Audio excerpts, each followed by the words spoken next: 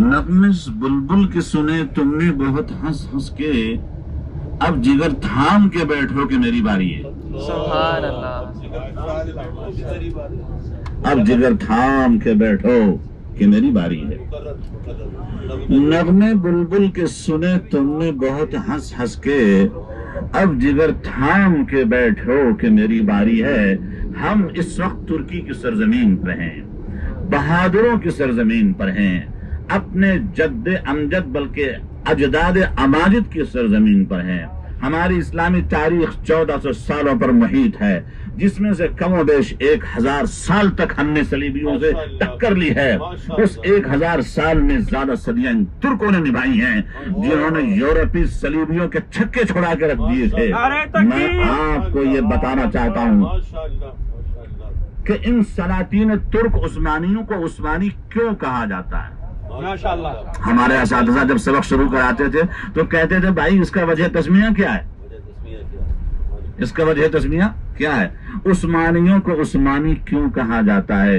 اس کے دو اسباب ہیں، دو وجہ ہیں۔ پہلی وجہ یہ ہے کہ خلیفہ سوم جامع القرآن ذی النورین حضرت عثمان بن عفان رضی اللہ تعالی عنہ کے دور خلافت میں اسلام ترکوں کے خاندان میں پہنچا ہے۔ گویا کہ ان کے مسلمان ہونے کا ذریعہ حضرت عثمان غنی رضی اللہ تعالی عنہ بنے ہیں، اس لیے اپنے نام کے ساتھ یہ عثمانی نسبت قائم کرتے ہیں۔ ایک وجہ تو یہ ہے۔ دوسری وجہ یہ ہے کہ ابھی جس عثمان غازی کا بار بار تذکرہ ہو رہا تھا کہ یہ لوگ اکثر ان کی اولاد میں ہیں، اس لیے بھی عثمانی کہا جاتا ہے۔ ایک بات تو یہ ہو گئی۔ دوسری بات یہ ہے کہ یہ جب تک مسلمان نہیں تھے اس سے پہلے ان ترکوں کا کچھ موروثی عقیدہ یہ تھا کہ ہم بھیڑیے کی اولاد ہیں، ہم بھیڑیے کی اولاد ہیں۔ بڑی دلچسپ حقیقت ہے۔ تو یہ تصور رکھتے تھے اور عقیدہ رکھتے تھے کہ ہم بھیڑیے کی اولاد ہیں، چنانچہ کئی ایسی صفات جو بھیڑیے کے اندر پائی جاتی ہیں وہ ان ترکوں میں آج بھی موجود ہیں، وہ صفات۔ اور آج بھی ترکی کا قومی جانور بھیڑیا ہے، آپ اس کا شکار نہیں کر سکتے، آپ اس کو مار نہیں سکتے، آپ کو گرفتار کر لیا جائے گا، آپ کے خلاف کیس ہو جائے گا، ضمانت بھی نہیں ہوگی۔ تو ان کے جھنڈے پر ایک طویل عرصے تک بھیڑیے کا فوٹو بنا ہوتا تھا، اب تبدیل ہے۔ اب تو پاکستان کا ان کے جھنڈے میں فرق کتنا ہے، صرف رنگ کا فرق ہے، وہی چاند ستارہ ہے جو چاند ستارہ پاکستان کے جھنڈے پر ہے۔ تو بھیڑیے کی جو صفات ہیں جو لکھی ہیں وہ ایک تو یہ ہے کہ بھیڑیا کبھی اپنی محرم مؤنث سے شادی نہیں کرتا، بھیڑیا اپنی محرم مؤنث سے کبھی شادی نہیں کرتا، ایک بات۔ دوسری بات یہ ہے کہ یہ بھیڑیا جو ہوتا ہے وہ اگر اس کا جوڑا انتقال کر جائے، بیوی مر جائے تو شوہر، اور شوہر مر جائے تو بیوی، زندگی بھر کسی دوسرے سے وہ شادی نہیں کرتا۔ اور بھیڑین جو ہوتی ہے، حاجی سے حجن تو بھیڑیا سے بھیڑین، تو وہ بھیڑین بھی جو ہے اگر بیوہ ہو جائے تو کسی دوسرے بھیڑیے سے رشتہ نہیں کرتی، زندگی بھر ایسے۔ یہ ترکوں میں پائی جاتی بات۔ تیسری بات یہ ہے کہ بھیڑیا اپنے والدین کا بڑا فرما بردار ہوتا ہے، بڑا فرما بردار ہوتا ہے۔ اور چوتھی بات یہ ہے کہ جب بھیڑیے کے والدین بوڑھے ہو جاتے ہیں تو یہ بھیڑیا اپنے والدین کو کہتا ہے کہ آپ اپنی جگہ پر بیٹھے، شکار کر کے لا کے دینا ہمارا کام ہے۔ تو یہ وہ صفات ہیں جو بھیڑیے کے اندر پائی جاتی ہیں اور وہ ترکوں میں پائی جاتی ہیں۔ یہ ترک لوگ ابھی تک والدین کی بڑی خدمت کرتے ہیں، اور ان میں بھی وہی میاں بیوی میں سے کسی دوسرے کا ایک کا انتقال ہو جائے تو دوسرا پوری زندگی ایسے گزار دیتا ہے، اسی کو یاد کرتا رہتا ہے اور روتا رہتا ہے۔ تو بہرحال یہ تھوڑا سا ہے، دیکھیے نا حضرت نے ہنسی فرمائی تو یہ ہنسنے والی بات ہے واقعی۔ بہرحال تو ترکوں کے یہاں بھیڑیوں کو بڑی اہمیت حاصل ہے۔ اور دوسری بات یہ ہے کہ حضرت عثمان غنی رضی اللہ عنہ کے دور میں ان کو اسلام کی دولت نصیب ہوئی، اس لیے اپنے نام کے ساتھ عثمانی کا لفظ نسبتاً جوڑتے ہیں۔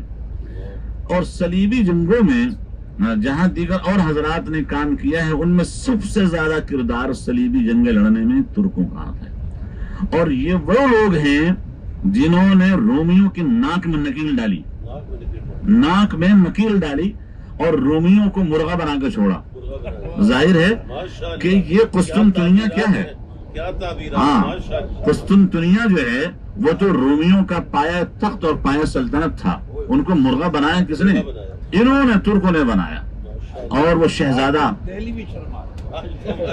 ہاں بات اصل میں یہ ہے. تو گفتگو تو میری ہے مگر زعفران کشمیری صاحب کا ہے. زعفران جو ہے کشمیری صاحب کا ہے، جو گفتگو کو زعفرانی ذائقہ اور خوشبو عطا کر رہے ہیں. جزاک اللہ خیر.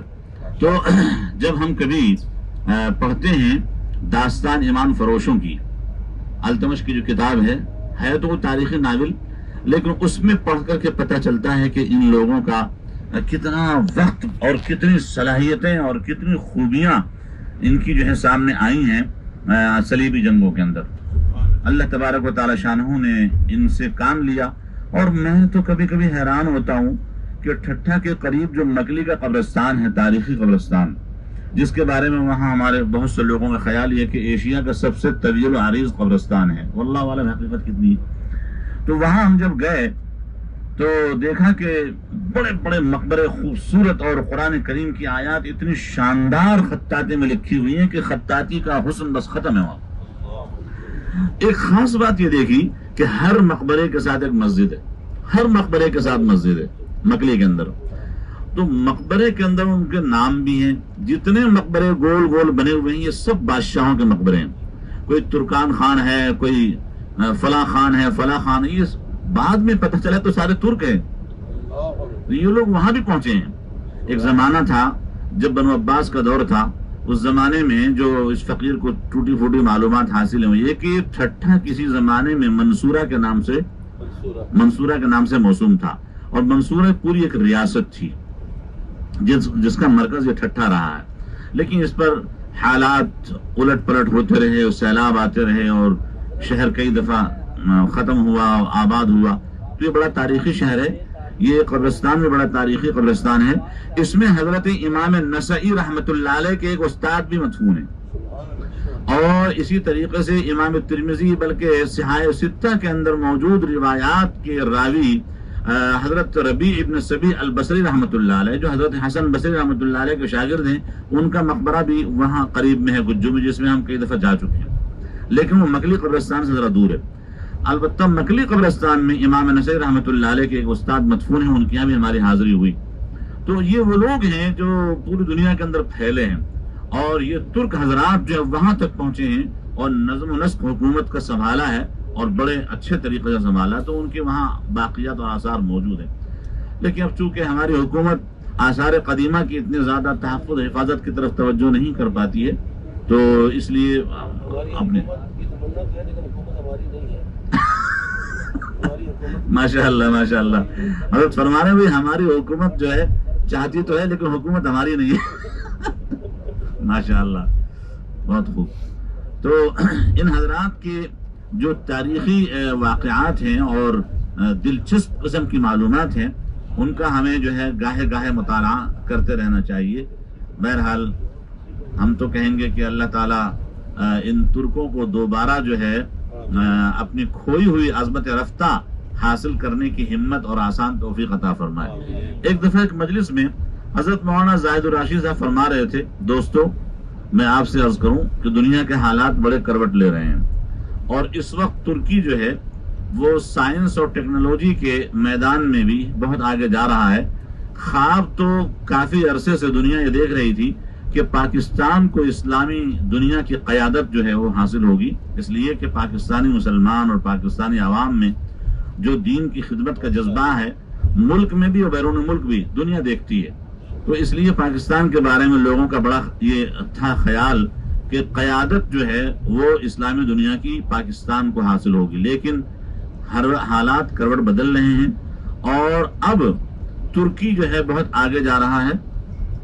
ہمارے پاس ایٹم بم ضرور ہے، یہ ایک سعادت اور فخر ہمیں حاصل ہے پاکستان کو، لیکن فضا میں سیٹلائٹ چھوڑنے والا پہلا مسلمان ملک ترکی ہے. پہلا مسلمان ملک جو ہے وہ ترکی ہے، جس نے اپنا سیٹلائٹ آج سے تقریباً 4 سال پہلے فضا میں چھوڑا ہوا ہے.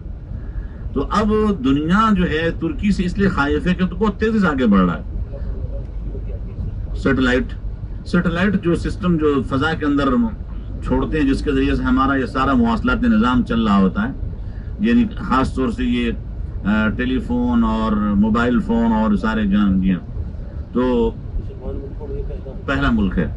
دوسری چیز یہ ہے کہ ابھی ڈرون بنانے میں سب سے کامیاب جو ہے مسلمان ملک ترکی ہے، جنہوں نے اپنا ڈرون بنایا، اور آذربائیجان اور آرمینیا کی ابھی جنگ ہوئی ہے، اس جنگ میں ترکی کی مدد سے آذربائیجان کو کامیابی حاصل ہوئی، اور اس میں جو ہے یہ ان کے ڈرون کا بڑا کردار ہے۔ تو یہ دنیا دیکھ رہی ہے کہ یہ ترکی آگے بڑھتے جا رہے ہیں۔ اللہ تبارک و تعالی شانہ ترکی کو مزید ترقی عطا فرمائے، اور پاکستان سے الحمدللہ ان کو ایک انسیت ہے۔ آپ نے کل بھی دیکھا کچھ جگہوں پر ہم نے جب پاکستان کہا تو آگے سے کہا زندہ آباد۔ کاردیش کا مطلب ہے کہ ہمارے بھائی، جی کاردیش کا مطلب ہمارے بھائی۔ تو یہ پاکستان سے محبت رکھتے ہیں، اور ابھی چند دنوں پہلے انہوں نے اسلام آباد سے استنبول کے لیے ریل بھی شروع کر لی ہے، ٹرین چلنی شروع ہو گئی ہے، جس کے بارے میں نے پڑھا کہ وہ اسلام آباد سے استنبول 9 دن کے بعد پہنچا کرے گی، ایسے ہی ہے نا؟ تو ہو سکتا ہے وہ آزمائشی پرواز رہی ہو جو زمین پہ ہو رہی ہے لیکن بہرحال شروع ہو رہا ہے، تو یہ آپس میں قریب آ رہے ہیں، اور یہ بھی سننے میں آ رہا ہے کہ ایک وقت ایسا آنے والا ہے جلد ہی کہ دونوں ملکوں کے درمیان دوہری شہریت اور ڈوئل نیشنلٹی کا قانون بھی منظور ہو جائے۔ لیکن بیرونی طاقتیں اس کو پسند نہیں کر رہی ہیں، یہ پسند نہیں کر رہی کہ یہ دونوں مضبوط ہیں اور یہ ابھرتے ہوئے لیڈر ہیں، یہ دونوں جڑ جائیں گے تو شاید ہمارے لیے درد سر بن جائیں گے۔ تو دعا فرمائیں کہ اللہ تعالیٰ دونوں ملکوں کے درمیان دوہری شہریت کا اگر یہ قانون پاس کرا دے تو پاکستانیوں کے لیے بھی آسانی ہے اور ترکوں کے لیے بھی آسانی ہے۔ اللہ تبارک و تعالیٰ شانہ دونوں ملکوں کو مسلم امہ اور مسلم دنیا کی قیادت اور سیادت اور بہتر خدمت کے لیے آسان توفیق عطا فرمائے۔ پاکستان ترک دوستی زندہ باد، پاکستان ترک دوستی زندہ باد، پاکستان ترک دوستی زندہ باد۔